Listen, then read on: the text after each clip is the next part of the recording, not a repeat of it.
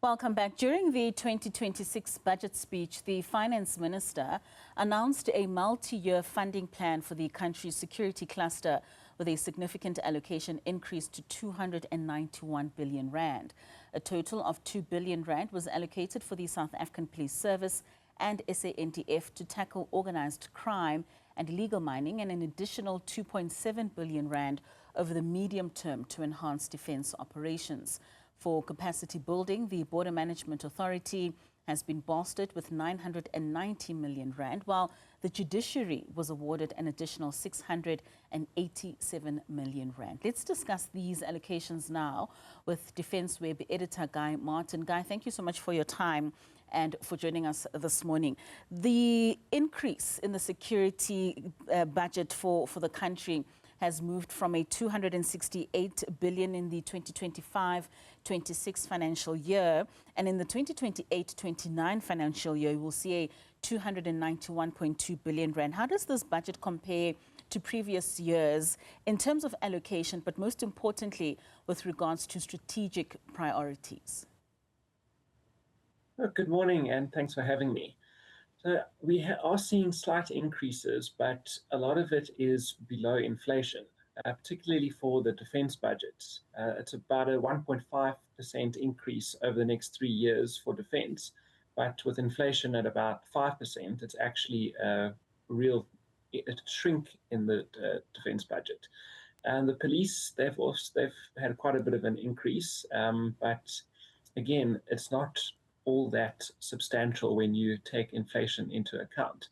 So while we are seeing nominal increases, the reality is it's not going to improve the situation for the police, the SANDF, or Home Affairs particularly much. The Defence Force is, according to the Department of Defence, underfunded by about 50%. And the Border Management Authority, which falls under Home Affairs, they are underfunded by several billion. So we see a couple of billion has been allocated from the criminal asset recovery account, and that's quite encouraging because that's a bit of a boost that would not normally come through.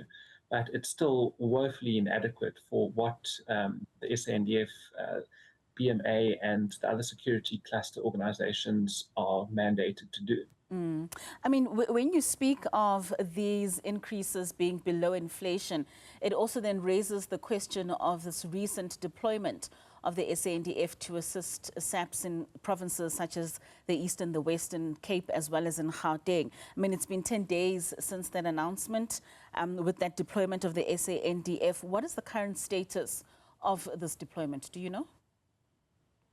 So the first troops are arriving, but it's going to be a sort of slow rollout because they first have to coordinate where they are going to deploy, how many soldiers would be deployed, the equipment needs to follow on as well. So a lot of attention and resources were going to Armed Forces Day, and now that that's wrapped up, I think we'll see a lot more troops arriving in those 3 provinces. The Chief of the Defence Force said the first step was to provide intelligence, and that would determine where soldiers would deploy and how many. So I think it's going to be a slow build-up in the next few weeks. And when we speak about these budget allocations, I mean, 2.7 billion to improve defence operations, including maintaining the Air Force's fighter capability. How critical is this for South Africa's national security? Also, just when we're looking at the scenes that are taking place between the US, Iran, Israel, and the rest of the Middle East, a lot of people are asking themselves, should South Africa find themselves in a similar situation? Are we equipped to even retaliate, defend, or even just avert some of that technology? Well, unfortunately, we're in quite a vulnerable situation. If you look at what happened in the DRC last year, when we were contributing to the SAMI DRC mission, we were, well, ourselves and the other troop contributing countries, Tanzania and Malawi, were essentially defeated by the M23 rebels. And that's the reason why the SAMI DRC mandate was terminated early and our soldiers withdrew from the SAMI DRC mission. President Ramaphosa has announced that South Africa will also be withdrawing from the UN mission in the DRC.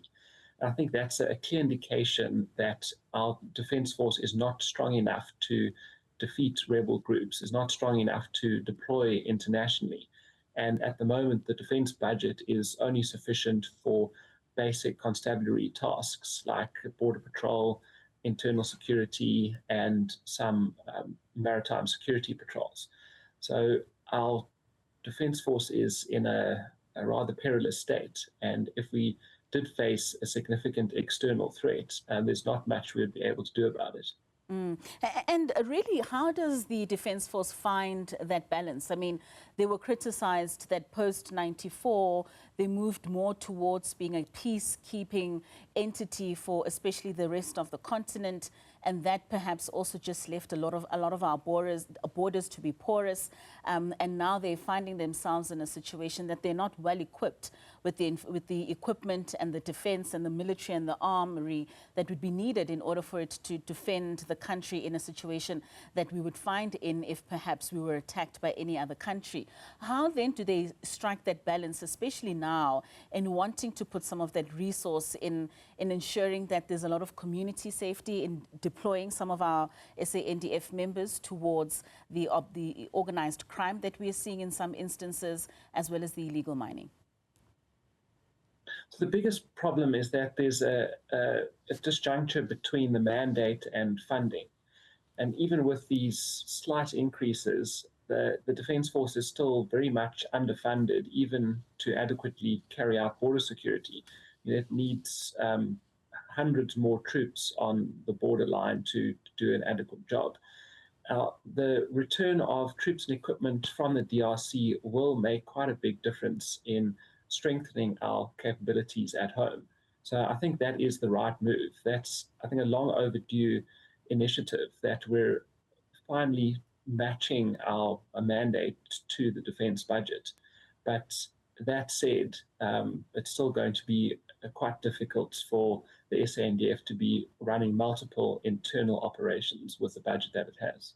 All right. Guy Martin, thank you so much for your time and joining us this morning. A very critical aspect of our country, that being the South African National Defence Force. And as you say, ensuring that we match up our funding together with the mandate in order for us to strengthen the national security of our country. Thank you so much for joining us.